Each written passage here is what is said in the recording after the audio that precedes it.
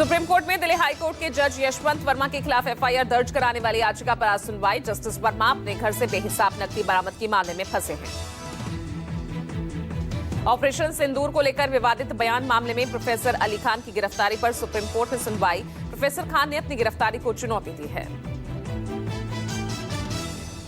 पंजाब हरियाणा के बीच पानी के बंटवारे पर विवाद जारी। मंगलवार बुधवार की दरमियानी रात नांगल डैम से हरियाणा के लिए छोड़ा गया पानी। हरियाणा के 8500 क्यूसेक अतिरिक्त पानी की मांग पंजाब ने ठुकरा चुकी है। दिल्ली के सभी 38 अस्पतालों के आज से शुरू होंगे निरीक्षण। राज्य स्वास्थ्य सचिव सहित 8 वरिष्ठ अधिकारी आज से 31 मई तक रोजाना 1 घंटे करेंगे अस्पताल का निरीक्षण। मुंबई से सटे कल्याण में मंगलवार शाम हुआ बड़ा हादसा। कल्याण पूर्व में सप्तरिंगी बिल्डिंग का एक हिस्सा गिरा, 6 लोगों की मौत, 5 जख्मी। कल्याण बिल्डिंग हादसे में एसडीआरएफ, दमकल कर्मी, पुलिस जवानों ने मलबे में फंसे लोगों का रेस्क्यू किया। फडणवीस सरकार ने मृतकों के परिजनों को 5-5 लाख के मुआवजे का ऐलान किया। प्रधानमंत्री राजीव गांधी की आज 34वां शहादत दिवस। 1991 में आज ही के दिन तमिलनाडु के श्री पेरुम्बदूर में हुई थी हत्या। राजीव गांधी की समाधि स्थल स्मृति समारोह का आयोजन। सुप्रीम कोर्ट ने वक्फ संशोधन कानून 2025 की संवैधानिकता को चुनौती देने वाली याचिकाओं पर आज भी सुनवाई की।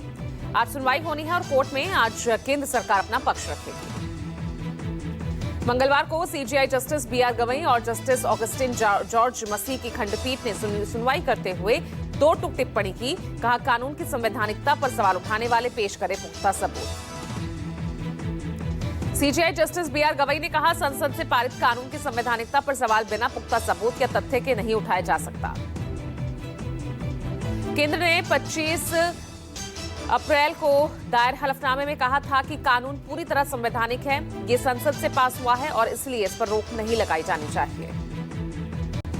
वक्फ कानून के खिलाफ दलील देते हुए वकील कपिल सिब्बल ने कहा, ये कानून सिर्फ वक्फ की संपत्तियों पर कब्जा जमाने की नीयत से बनाया गया है। सिब्बल और अभिषेक मनु सिंघवी ने वक्फ कानून को अनुच्छेद 25 का सीधा उल्लंघन बताया। ऑपरेशन सिंदूर की जानकारी और आतंकवाद पर पाकिस्तान को बेनकाब करने के लिए सांसद डेलीगेशन का आज से विदेश दौरा। आज विदेश दौरे पर रवाना होंगे सांसद संजय झा, कनिमोझी, श्रीकांत शिंदे की अगुवाई वाला प्रतिनिधिमंडल। 51 सदस्यीय सांसदों का विदेश दौरा आज से 5 जून तक चलेगा। सर्वदलीय सांसदों का प्रतिनिधिमंडल सभी साझेदार और अहम सहयोगी देशों में जाकर पाकिस्तान को एक्सपोज करेंगे। ऑपरेशन सिंदूर को लेकर विदेश सचिव विक्रम मिस्री ने मंगलवार को विदेश जाने वाले सर्वदलीय डेलीगेशन को ब्रीफ किया। मिस्री ने कल 3 प्रतिनिधिमंडलों की ब्रीफिंग की। विदेश सचिव ने ऑपरेशन सिंदूर के उद्देश्य, उसके एजेंडा और उससे जुड़ी बारीकियों के बारे में बताया। विदेश दौरे पर सर्वदलीय डेलीगेशन का जोर आतंकवाद और पाकिस्तान के गठजोड़ को उजागर करने पर रहेगा। सर्वदलीय डेलीगेशन को इस बात पर जोर देना है कि पूरा ऑपरेशन आतंकवाद और आतंकियों के खिलाफ था, लेकिन पाकिस्तान के उनके पक्ष में उतरने से बढ़ी बात।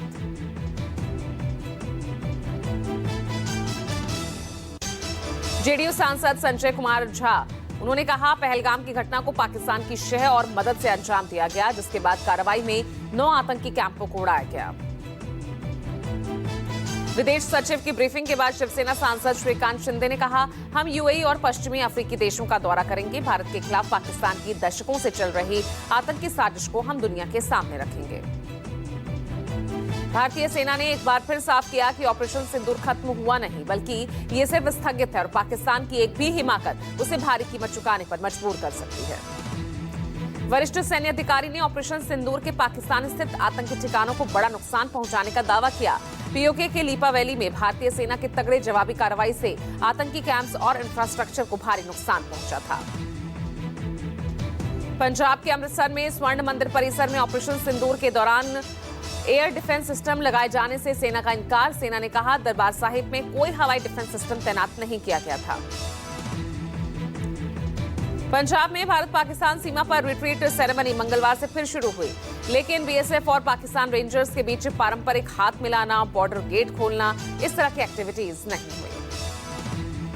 अटारी, हुसैनीवाला और सदकी बॉर्डर पोस्ट पर हुई बीटिंग रिट्रीट सेरेमनी। 7 मई को ऑपरेशन सिंदूर के बाद एलएसी पर सेरेमनी रोक दी गई थी। कांग्रेस अध्यक्ष मल्लिकार्जुन खड़गे ने ऑपरेशन सिंदूर को बताया बेहद छोटा युद्ध। मोदी सरकार पर साधा निशाना। खड़गे ने कहा, इंटेलिजेंस रिपोर्ट पर चौकसी बरती गई होती तो पहलगाम में नहीं होती पर्यटकों की हत्या। ऑपरेशन सिंदूर को छोटा युद्ध बताने पर बीजेपी ने साधा कांग्रेस अध्यक्ष पर निशाना। पार्टी प्रवक्ता संबित पात्रा ने कहा, एक और पूरी दुनिया हमारी सेना के शौर्य, साहस और रणनीति का लोहा मान रही है, वहीं कांग्रेस पाकिस्तान की भाषा बोल रही है। कांग्रेस अध्यक्ष खड़गे ने पीएम मोदी की विदेश यात्रा नीति पर उठाए सवाल। कहा, 11 साल में 151 अंतर्राष्ट्रीय यात्राएं और 72 देशों का दौरा, बावजूद इसके वैश्विक मंच पर भारत आज अलग थलग है। लखनऊ में मंगलवार को एक कार्यक्रम के दौरान रक्षा मंत्री राजनाथ सिंह ने फिर ऑपरेशन सिंदूर पर बड़ा बयान दिया। कहा, हमारी सेना ने पाकिस्तान में घुसे बिना तोड़ी आतंक और उनके आकाओं की कमर। कर्नाटक सरकार के 2 साल पूरे होने पर आयोजित जनसभा को राहुल गांधी ने संबोधित किया। कहा, चुनाव में किए सभी 5 वादे हमने पूरे किए। बिहार में आरजेडी नेता तेजस्वी यादव ने राज्य की स्वास्थ्य व्यवस्था पर लगाए गंभीर आरोप। पटना के एनएमसीएच हॉस्पिटल में दिव्यांग मरीजों के पैर चूहों के कुतरने पर सियासत कर। बिहार के स्वास्थ्य मंत्री मंगल पांडे ने तेजस्वी को दी है खुली बहस की चुनौती। पूर्ववर्ती लालू राबड़ी राज में अस्पतालों के हाल का आईना दिखाने की कोशिश की। कहा, जहां शिकायतें मिलती हैं वहां हम फौरन कार्रवाई करते हैं। बिहार के नवादा में मंगलवार को लंबे समय बाद आरजेडी नेता तेजस्वी यादव, एलजेपीआर अध्यक्ष चिराग पासवान की आमने सामने मुलाकात हुई। दोनों नेताओं ने हाथ मिलाकर पूछा एक दूसरे का हालचाल। महाराष्ट्र में फडणवीस सरकार के मंत्रिमंडल का विस्तार हुआ। एनसीपी अजित गुट के नेता छगन भुजबल ने मंत्री पद की शपथ ली। जस्टिस यशवंत वर्मा के घर पर मिले करोड़ों के कैश मामले पर उपराष्ट्रपति जगदीप धनखड़ ने टिप्पणी की। कहा, जजों के खिलाफ एफआईआर में इतनी देरी क्यों। मुंबई में मंगलवार को प्री मानसून बारिश ने शहर को पानी पानी कर दिया। अंधेरी, मलाड सहित कई इलाकों में पानी भरा। मुंबई में बारिश की वजह से सड़कें समुंदर बन गई। ट्रैफिक की रफ्तार थम गई। बारिश का लोकल ट्रेन सेवा पर भी असर पड़ा। राजधानी दिल्ली में आज बारिश का अनुमान। मौसम विभाग के मुताबिक आज से अगले 3 दिन दिल्ली में लोगों को गर्मी से मिल सकती है निजात। झारखंड के सीनियर आईएएस अधिकारी विनय चौबे को एटीएस ने शराब घोटाले में गिरफ्तार किया। 31 मार्च 2022 से लागू नई उत्पाद नीति से जुड़ा ये मामला है।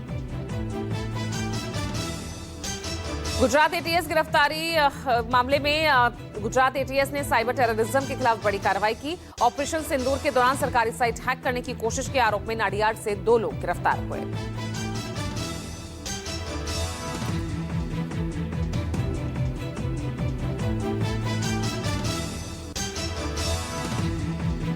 राजस्थान के श्री गंगानगर में 12 करोड़ की हेरोइन के साथ 5 तस्कर गिरफ्तार। पुलिस ने तस्करों के पास से 7 विदेशी पिस्टल, 13 मैगजीन और 32 कारतूस बरामद किए।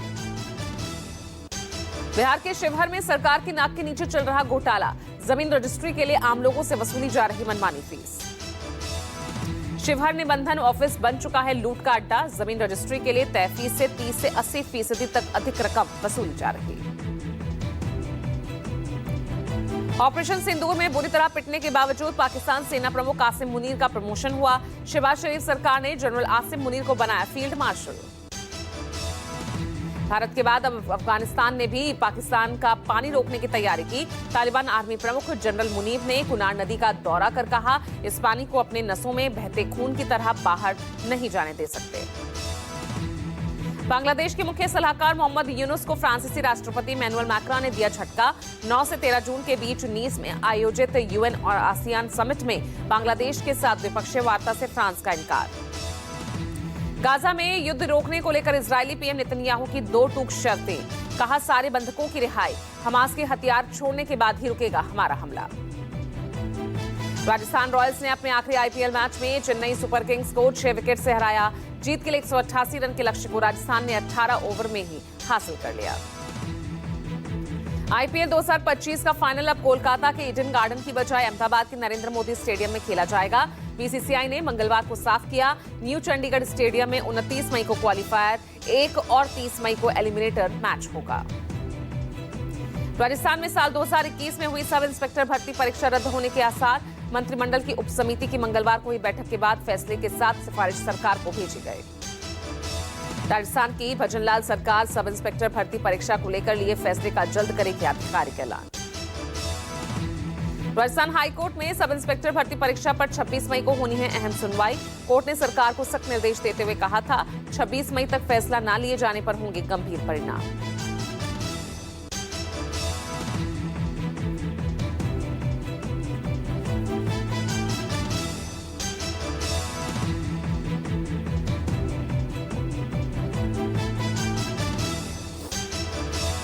अहमदाबाद में चंदोला लेक इलाके में अवैध निर्माण पर बुलडोजर एक्शन जारी। घुसपैठियों के अवैध निर्माण को 75 जेसीबीज और 150 जंपर लगाकर जमींदोज किया गया।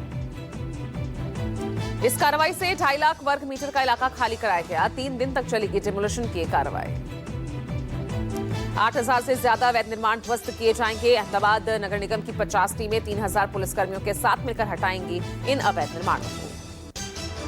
ये दूसरा चरण है जिसमें अवैध मकानों को गिराया जा रहा। पहले फेज में 4,000 अवैध निर्माण हटाए गए थे। अहमदाबाद नगर निगम का कहना है कि साल 2010 से पहले से रह रहे लोगों को मिलेगा वैकल्पिक आवास। नियमों के अनुसार फॉर्म दिए जाएंगे। यूट्यूबर ज्योति मल्होत्रा की वाराणसी यात्रा को लेकर जांच में तेज। खुफिया एजेंसीज अब इस पहलू की जांच गहनता से कर रही है कि ज्योति मल्होत्रा की वाराणसी यात्रा का उद्देश्य क्या था। खुफिया एजेंसीज जांच कर रही है कि क्या वाराणसी की संवेदनशील जानकारियां वीडियो और फोटोज के माध्यम से पाकिस्तान को भेजी गई। जांच में सामने आया कि ज्योति मल्होत्रा पिछले 6 महीनों में 3 बार वाराणसी आई थी। इस दौरान काशी विश्वनाथ धाम, गंगा घाट और वंदे भारत ट्रेन जैसे महत्वपूर्ण स्थानों पर बनाए गए थे वीडियोज। यूट्यूबर ज्योति मल्होत्रा समेत अब तक 10 संदिग्धों की गिरफ्तारी हो चुकी है। खुफिया एजेंसीज कई एंगल से इस मामले की जांच में जुटी है। जालंधर में हत्या के मामले में आरोपी 2 युवकों ने पुलिस पर फायरिंग की। पुलिस की जवाबी कार्रवाई में 2 युवक घायल। घायल हत्यारोपियों पर दर्ज हैं कई मुकदमे। आरोपियों के खिलाफ पहले से ही कई मामले चल रहे हैं। अस्पताल में भर्ती। पटना में नहीं कम हो रहे आपराधिक घटनाएं। मॉर्निंग वॉक पर निकले मैरिज हॉल संचालक को गोलियों से भून डाला। गंभीर रूप से जख्मी संजय का हॉस्पिटल में इलाज जारी। बेंगलुरु में भारी बारिश के चलते जनजीवन अस्त व्यस्त। शहर में जलभराव की स्थिति। अगले 2 दिन भारी बारिश की संभावना।